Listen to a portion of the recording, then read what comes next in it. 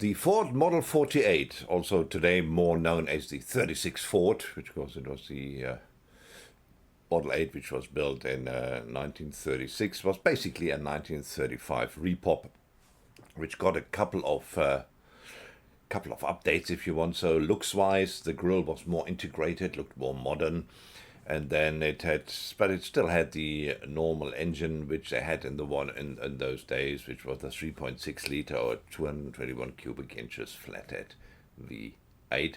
Transmission was a 3-speed sliding mesh, as they normally were in those days. It had a wheelbase of 112 inches or 2.85 meters. And it was available in different body styles, body styles. There was a 2-door roadster, a 2-door coupe, a 4-door sedan, a 4-door convertible, a 4-door station wagon, a 2-door pickup, and a 3-door van. And that was actually pretty cool. And they were built everywhere, in Atlanta, Georgia, in Chester, Pennsylvania, in Chicago, in Long Beach, in Dearborn, Michigan, and in Bucharest, Romania, for the European market. Very, very interesting car, of which I have a very, very interesting kit. Now, what is that about? Well, let's have a quick look.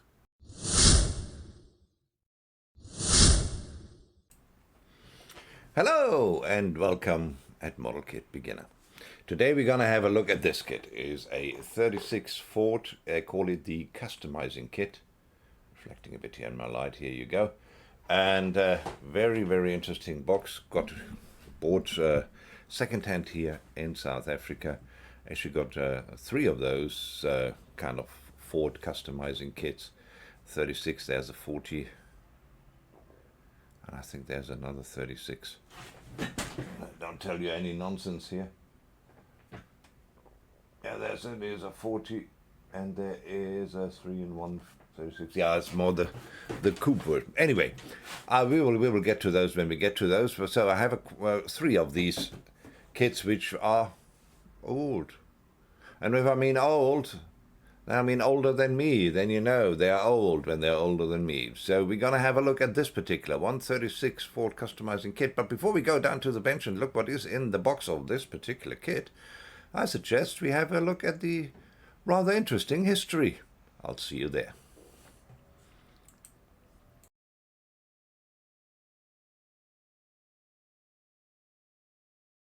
And here we are with the 36 Ford customizing kit as promised. So that's the one which we were going to have a look at. And as I said, it's older than me. It's a 1961 kit, and that's when it came out. Here you go. It's the first in a long, long row. And I have 1 or 2 of these follow-up models, which you can see. Certainly have this one here, which came out in 2013. You guys might all recognize this one. So that's a direct follow-up of these 1961 kit, which was a Ford customizing kit. It's unbelievable to have this, to hold this in my hand. I'm really excited about this. It's certainly going to be interesting to see what is in the box of this particular one, because, I mean, 1961, now let's do a little bit of math. That is 63 years ago when this kit came out. Let's see what is still left of it. See you down at the bench.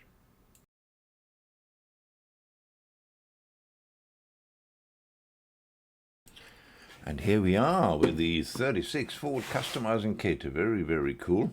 Let's have a look around the box. It says it's 175 Rand.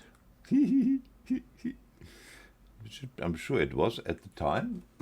It's very little today for 175. You won't even get a sweetie. Right, you can build it as a competition model with a hot Pontiac engine or custom chop coupe with all the goodies. Look at this, chop one. And on this side you can also see the cabriolet. You see all the wonderful extra parts. I mean, just have a look at that, how they did it in those days. Right. And you get customizing and part swapping hints by George Barris, no less. The king of the customizers. I mean, that is just amazing stuff which they had on the boxes. I really love it. And then on this side, I mean, the same. build any one of 3 versions, and we will have a look what versions those would possibly be. So we open the box here. Ooh, it's like a treasure hunt here. We have tires, which I actually packed in here in the extra bag, because there were already some accidents, which we get to later on. We have a couple of paper stuff here, which we have a look at. Then we have plastic.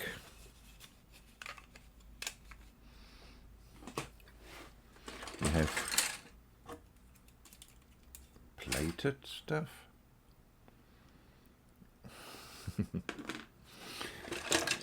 Different roof options, it appears. Look at that, that's all amazing stuff. Some stuff is still on the spruce, I can report. This box obviously kicked around for the last 60 odd years.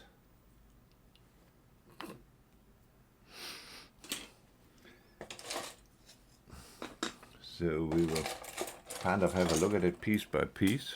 Oh, look at that, the glass is just kicking around here. Yeah, that's what it looks like too. And then lots of extra plastic and a metal axle of sorts. Very, very interesting stuff. So we will have a look at some details here. All right, we have a metal axle. I'm sure you have seen one of those before, so don't need to talk. But actually 2 of those in here, so we'll leave one in here. That's fine. And we have plastic and other stuff here. We have an advertisement for Candy Color, which is kind of falling apart, disintegrating. MT's exciting breakthrough now provides you with convenient spray lacquer, not an enamel, to duplicate those exquisite custom show car finishes. Here we go, and that's what it looked like, Candy Color, for 89 cents for each color, and you buy it in a 6-ounce spray can. Fantastic, I love that stuff. I actually need to photograph that because this is busy deteriorating fast. Talking about deteriorating, you can see there are quite a few tire marks here. So it appears like these decals will not be viable anymore. Forget about that. So obviously you use your own decals should you ever decide to build this. And then we have the instruction booklet. Here we go, it says other Trophy Series kits, so that's the advertising. Here's the 1936 Ford 3-in-1. It's a Trophy Series. See, the tires have eaten away here as well as the teeth of time. Read this before you start building, and then it gives you the instructions how to build the stuff. Right over here, stock Roadster, the engine. Put everything together, though that is the stock Roadster, there's the custom coupe. So every kind of version has its own page. And there's the competition coupe. Here we go. So that's fantastic, that's really cool to see. And exploding drawers, so that obviously explains what all these parts are about. So here's the competition coupe, here's the custom coupe, and here is the stock Roadster. Then on this side, here are some tips from Mr. George Barris for the advanced builder only. So if you're a beginner, don't even bother reading this. Stock Ford grill, custom grill. Interesting stuff. Right, that's amazing. Amazing. Anyway, that is the instruction sheet. Now, let's have a quick look at those tires which I've bagged before. Need to bank. There's windows. Right. So these are the normal pulley tires right over here. That's what they look like. They are seriously not branded and certainly need tender loving care. You get 4 of those, and then if you want to build one more of the competition models, you get a slicks as well right over here. Especially the slicks look already a little bit worse for wear from the days of the 60s, but they are there. And as I say, as long as you keep them away from the plastic and especially the decal sheet, yeah, you're all right. Right, then the glass is in a horrific condition, very scratched up. Everything is really very scratched up. There, some of it might even be broken. So yeah, good luck polishing that out. So yeah, the glass not in a very good condition, I'm afraid. I am a bit disappointed that this wasn't packed extra, just was kicking around in between the plastic. That's normally not what I would expect from this particular gentleman I bought this from. Right, then we have the chrome, which is all not very chromy anymore. It kind of lost its luster. We have obviously the grille, the frames, the bumpers, even have an AMT trophy right over here, different kind of wheel cover options, valve covers right over here, and other parts. So there, obviously, should you decide to build this, there's a dechrome exercise for sure to be had. All right, let's see what is on the, well, that is all what is on this sprue, which is the spare wheel cover right over here.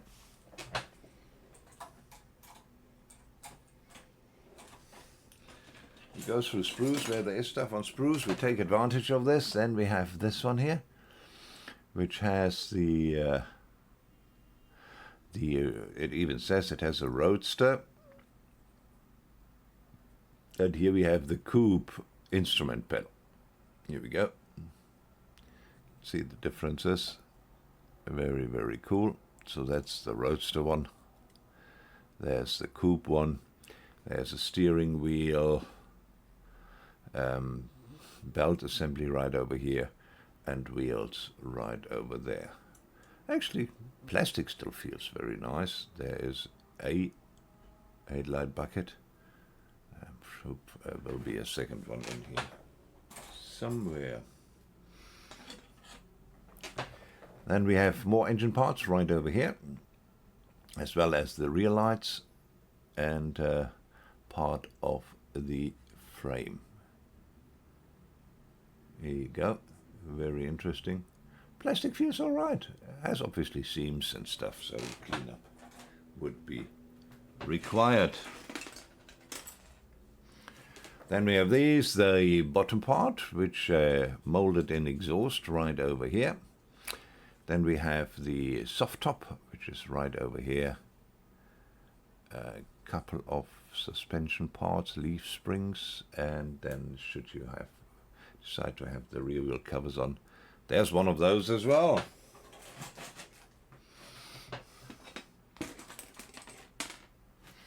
Alright, more engine parts on this sprue right over here.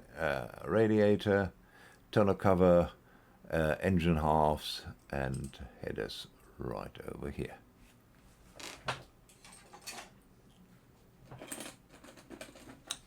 We have the rear assembly right over here, part of the drivetrain. So you have the drive shaft and the whole rear push is in one piece together with the leaf spring.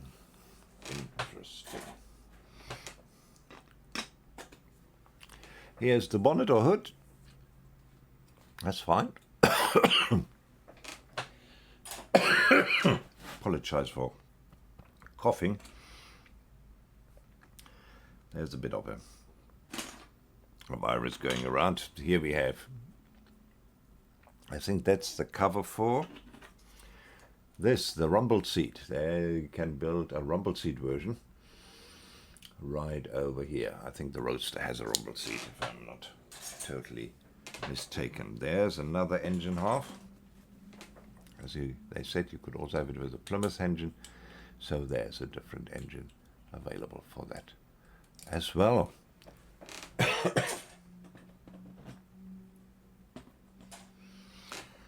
And here we have the side covers of the bonnet right over here.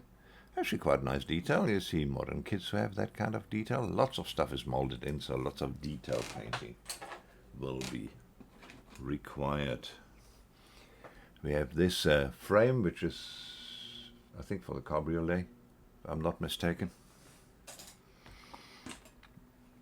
A couple of other interesting stuff. We have another wheel cover right over here, a spare wheel cover, also for the Roadster and other models. The bench seat, it looks alright. Even has a bit of a texture in it, so not bad. We have the belt assembly right over here. And we do have the other headlight bucket. Everything is there. Another cover over here, that's I think for the Roadster. Right over there. We have the front part for the George Barris version, if you would like to build that. Very, very cool.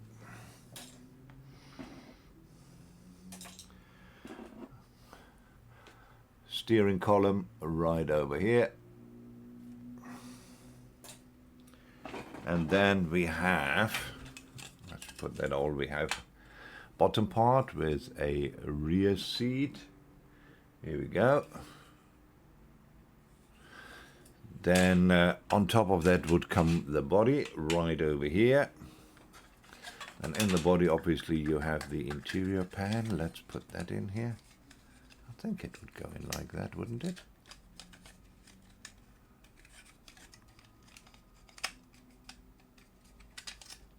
I'm fiddling around here. Here we go. That should be it. Right, and then obviously you put the roof on. Here we go. Nice and chopped right over here. You have the basic form of your customized 36 Ford. Now the quality of the plastic is actually not bad at all. It's quite sturdy, and you certainly can go to town with it. You certainly can. Right, and that's what was in the box of the 36 Ford customizing kit from AMT from 1961. Let's pop back upstairs and I'll give you my final thoughts.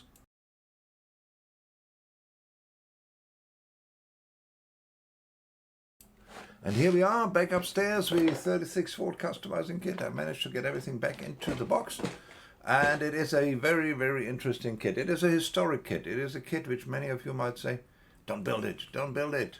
Don't build, buy one of the repops and don't build that one because it's the original 61. And you might have a point or might not have a point. But yeah, I'm not going to build it immediately, that's for sure. But you could build it.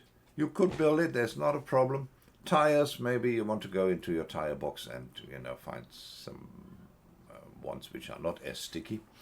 Glass, well, you might want to try to polish this out. As you can see, I put it to one side. Or find something different. Yeah, that will take some. That's just in these old kits, In those days, they just chucked everything in the box. Nobody cared if the glass gets scratched or not, and that certainly is scratched. So that is a bit of an issue. Then as far as the quality of the parts and the plastic is concerned, not bad at all. Not bad at all. You could build that today without a problem. And that's something you can really do. So if you get those, it's not that they are overly expensive. Man, I've seen them kicking around for $70 or something like that. Which, is a lot for a kit, but it's not a lot for a 1961 kit, for sure. 63-year-old kit. I mean, that's a historical piece, as far as I'm concerned. Anyway, that's all I have to say about the 36 Ford customizing kit. Hope you enjoyed it as much as I enjoyed showing it to you. And you guys have a lovely week further. And greetings from Cape Town. Cheers.